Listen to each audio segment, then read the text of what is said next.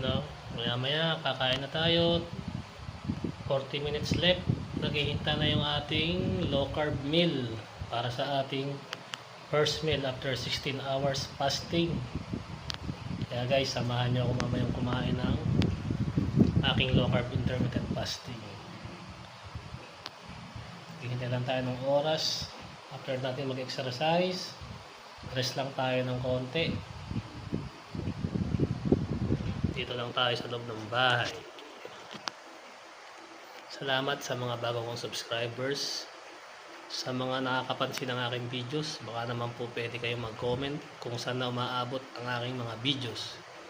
Salamat sa inyong panonood, sa walang sawang pagtangkilik sa aking ginagawang fitness journey. Nandito tayo ngayon sa bahay ng aking kapatid. Salamat. Papalo naman aking page, Istorya ng Kabaro. Salamat po.